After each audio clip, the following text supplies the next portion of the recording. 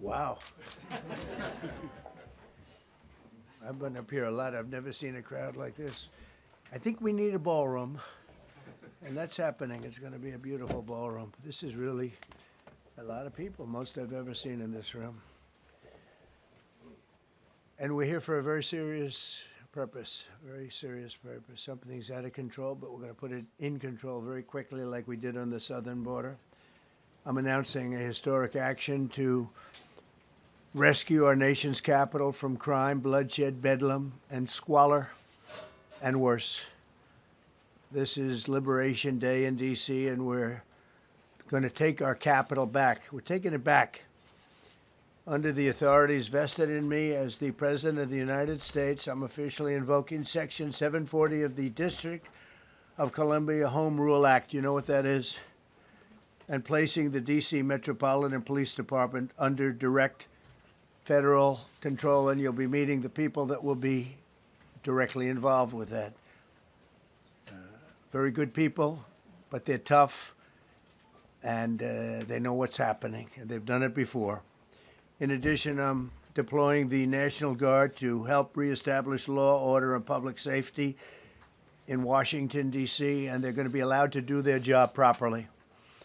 And you people are victims of it, too. You know, you're reporters, and I understand a lot of you tend to be on the liberal side, but you don't want to get mugged and raped and shot and killed. And you all know people and friends of yours that happened. And so you can be anything you want, but you want to have safety in the streets. You want to be able to leave your apartment or your house where you live and feel safe and go into a store to buy a newspaper or buy something. And you don't have that now. The murder rate in Washington today is higher than that of Bogota, Colombia, Mexico City, some of the places that you hear about as being the worst places on earth, much higher. This is much higher. The number of car thefts has doubled over the past 5 years, and the number of carjackings has more than tripled. Murders in 2023 reached the highest rate probably ever. They say 25 years, but they don't know what that means because it just goes back 25 years. Can't be worse. Our capital city has been overtaken by violent gangs and bloodthirsty criminals, roving mobs of wild youth, drugged out maniacs and homeless people. And we're not going to let it happen anymore. We're not going to take it. Just like we did on our southern border. Nobody comes through our southern border anymore. 3 months in a row, we had zero. I don't know if that's right, but the people that do the work, it's a very liberal group of people, actually, and they actually said zero for the last 3 months. Nobody thought a thing like that was possible. And, you know, when you take a look at numbers, I just saw some charts. These are different cities throughout the world. Red is, okay, the red is a place called Washington, D.C. Look at these. Baghdad we doubled up on Baghdad. Panama City, Brasilia, San Jose, Costa Rica, Bogota, Colombia, heavy drugs. Mexico City, I mentioned, Lima, Peru, all double and triple what they are. So do you want to live in places like that? I don't think so. I don't think so. And I think the people in this room, if you wrote correctly, you'd see, look at the kind of numbers we have. D.C., 41 per 100,000, number one that we can find anywhere in the world. Other cities are pretty bad, but they're not as bad as that. Is that where you want to live? The reporters of the world? Juvenile offenders and crimes against persons, as they say. It's getting worse.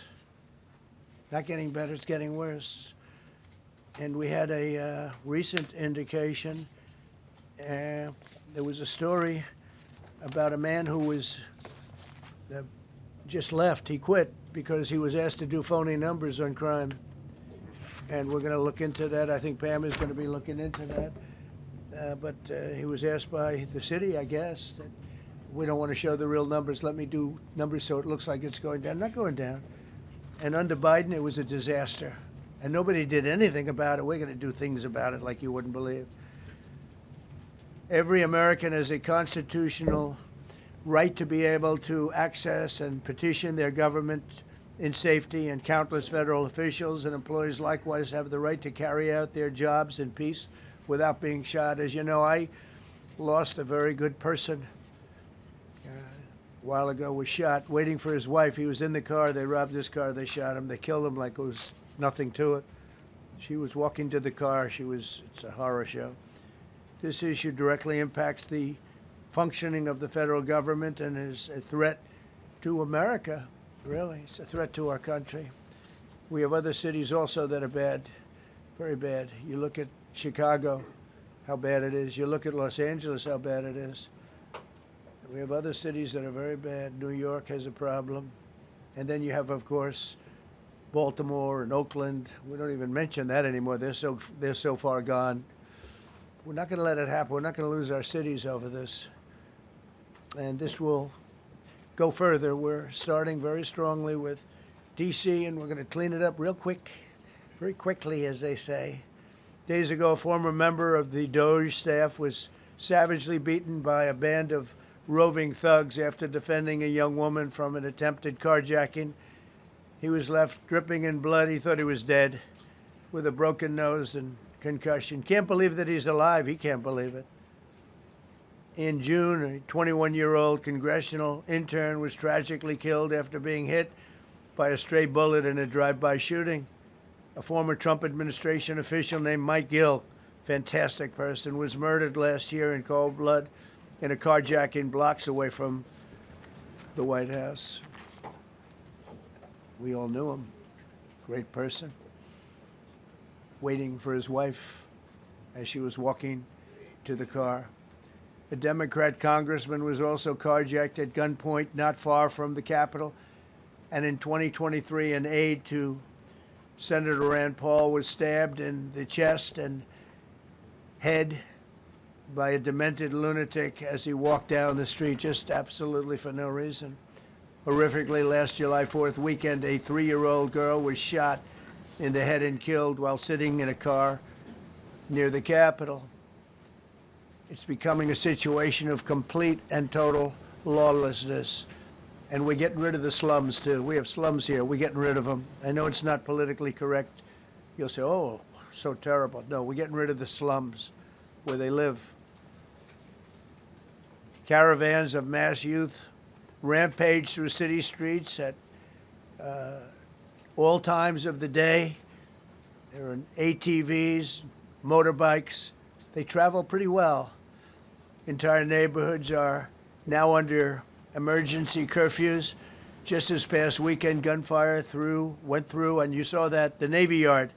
I saw it this morning. They saw that they fought back against law. See, they fight back until you knock the hell out of them, because it's the only language they understand. But they fought back against law enforcement last night. And they're not going to be fighting back long, because I've instructed them and told them whatever happens, you know, they love to spit in the face of the police as the police are standing up there in uniform. They're standing and they're screaming at them an inch away from their face. And then they start spitting in their face. And I said, you tell them, you spit and we hit. And they can hit real hard. It's a disgusting thing. I've watched that for years, for 3-4 years. I've watched them. The police are standing, and they're told, don't do anything under any search. So and you can see they want to get at it. And they're standing there, and people are spitting in their face, and they're not allowed to do anything. But now they are allowed to do whatever the hell they want. This dire public safety crisis stems directly from the abject failures of the city's local leadership. The radical left city council adopted no cash bail. By the way, every place in the country where you have no cash bail is a disaster. That's what started the problem in New York, and they don't change it. They don't want to change it. That's what started it in Chicago. I mean, bad politicians started it, bad leadership started it, but that was the one thing that's central, no cash bail. Somebody murders somebody and they're out on no cash bail before the day is out. We're going to end that in Chicago, we're going to change the statute. I spoke with Pam and Todd and everybody. We're going to change the statute, and I'm going to have to get the Republicans to vote because the Democrats are weak on crime, totally weak on crime. They don't know why. They want to stop because they get mugged too. But we're going to change no cash bail. We're going to change the statute and get rid of some of the other things. And we'll count on the Republicans in Congress and Senate to vote. We have the majority, so we'll vote. We don't have a big majority, but we've gotten everything, including the great, big, beautiful bill. Got that done, and that's one of the greatest things that's ever happened to people in this country. They're starting to figure it out, how good it is. Biggest tax cut in history. So many things.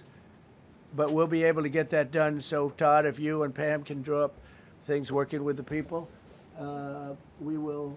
I'll get it passed. We'll get it passed with the Republicans. Probably won't get, think of this, probably won't get one Democrat vote because they have no idea what they're doing. That's why they want men playing in women's sports. That's why they want transgender for everybody transgender. And they just got walloped in an election, in a landslide, and they haven't changed one thing. I saw the other day the certain gentleman who was a very well-known politician, Democrat, was fighting like hell that men should be allowed to play in women's sport. They just don't get it. They said it's an 80-20 issue, and I think it's a 97-3 issue, and I don't know who the three are. I've never heard anybody nobody's ever come up to me, sir, you have to let men play in women's sports. You have to do it, sir. Nobody's ever approached me. I don't know where this issue even comes from. Never seen anything like it. But they turned our nation's capital into a sanctuary jurisdiction. That's the other thing. We have to get rid of sanctuary cities as quickly as possible. We're going to do it, too. We have to. Because it's sanctuary for criminals. Releasing illegal alien gang members onto the streets. In 2022, nearly 70% of criminals arrested in Washington went unprosecuted. That's not going to happen with the group we have standing aside and standing behind me. And at the Metropolitan Police Department, it's now reached a small number relatively compared to what it was, but it's thousands of people. You know, we have thousands of police. I was told today, sir, they want more police. I heard a number, 3,500 police. That's a lot of police. 3,500. I thought they were going to say, we only have 30 policemen or women. He said, we have 3,500. We need more. You don't need more. That's so many. I never heard. That's like an army. How could you need more than 3,000? It just happened 2 minutes ago. Sir, they've requested more police. Oh, what do they have? About 3,500. I said, 3,500? This is not a big area. It's ridiculous. What you need is rules and regulations, and you need the right people to implement them. And we have the right people here, that I can tell you. Look at the border. Biden said there's nothing you can do. Kamala was the border czar. She never called one of the Border Patrol agents who are great. ICE is great. Never spoke to anybody. Never went there. But she was the border czar. And everybody said it was impossible to fix. I fixed it in 3 months. No, really. I fixed it the first week, but really fixed it over the last couple of months. And I mean, literally to a point where, as I said, 0 illegals entering our country in the last 90 days. Pretty amazing. It's time for dramatic action. We're going to do the same thing over here. It's going to be a very safe city very soon. We're not looking to take years, because a lot of people die in years. And we've got incredible people in this country, except we have to allow them to do their job. And that we will deliver like nobody's ever delivered before. I actually think it's easy. You know, if you're competent, it's easy. If you're incompetent, it's impossible. But I'm very competent.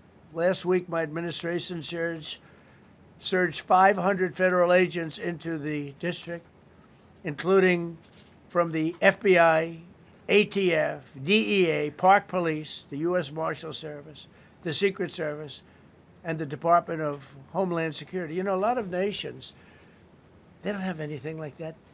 They got some police, and they're rough police. They don't have DEA, ATF, FBI, Park Police, U.S. Marshal Service, Secret Service, Department of Homeland Security. They got some police, but they're rough police, and they do their job. They don't have crime. We're not going to have crime either. They made dozens of arrests, and that's what starts to happen. Again, cashless bail. Watch what we do with that. Today, we're formally declaring a public safety emergency. This is an emergency. This is a tragic emergency. And it's embarrassing for me to be up here. You know, I'm going to see Putin. I'm going to Russia on Friday. I don't like being up here talking about how unsafe and how dirty and disgusting this once beautiful capital was, with graffiti all over the walls. It's another part of it, by the way, because we're talking about safety, but we're also talking about beautification. We have the most beautiful, potentially, capital in the world. We always had. But people come from Iowa, they come from Indiana, they come and then they get mugged. Not going to happen. Keep coming, because by the time you get your trip set, it's going to be safe again, and it's going to be clean very quickly. We're going to replace the medians that are falling down all over the roads. We're going to replace the potholes. We're going to put a nice new coat of asphalt over the top. No, we don't have to rip the road out and spend 7 years building a new road because they cut everything. Because some designers said, well, we need a 1/4 of an inch more turn for safety reasons. No, we're going to do it right. We're going to get it done quickly. So today we're declaring public safety emergency in the District of Columbia, and Attorney General Pam Bondi, who's fantastic, is taking command of the Metropolitan Police Department as of this moment. And I'll be making the appropriate notifications to Congress and to the mayor, our new DEA administrator, who's one of the top in the country. He better be Terry. If you're not, I'm going to get rid of you so fast. Terry Cole. Terry, thanks. Very good. We just got him. Most highly recommended person. And you'll be designated as the interim federal commissioner of the Metropolitan Police Department. Okay? And you run them tough. They're good. You have a lot of good people. You have people that shouldn't be there. You also have people that shouldn't be there. They got in there because of woke. But you have a lot of great police. And those people are the ones that want to help you. This city will no longer be a sanctuary for illegal alien criminals. We will have full, seamless, integrated cooperation at all levels of law enforcement, and we'll deploy officers across the district with an overwhelming presence. You'll have more police, and you'll be so happy because you'll be safe. When you walk down the street, you're going to see police, or you're going to see FBI agents. We're going to have a lot of agents on the street. You're going to have a lot of essentially military, and we will bring in the military if it's needed, by the way. We're going to have National Guard. But Pete Hegseth will tell you about it. We will bring in the military if needed. People say, oh, that's so terrible. He's going to bring in, it's been used many times over the years. I don't think we'll need it. I think we've got so many great people, including the people that are in the police department with proper leadership. They'll immediately begin massive enforcement operations targeting known gangs, drug dealers, and criminal networks to get them the hell off the street, maybe get them out of the country, because a lot of them came into our country illegally. They shouldn't have been allowed in. They come from Venezuela. They come from all over the world. We're going to get them the hell out. They won't be here long. But some of these people, a lot of them, are homegrown criminals. And these are bad people. These are rough people. And this is just a list of some of the people that were given to me today that were criminals removed from the D.C. streets this weekend. They were rough and tough. But we're rougher and tougher. Look at these people here. Nothing, you know.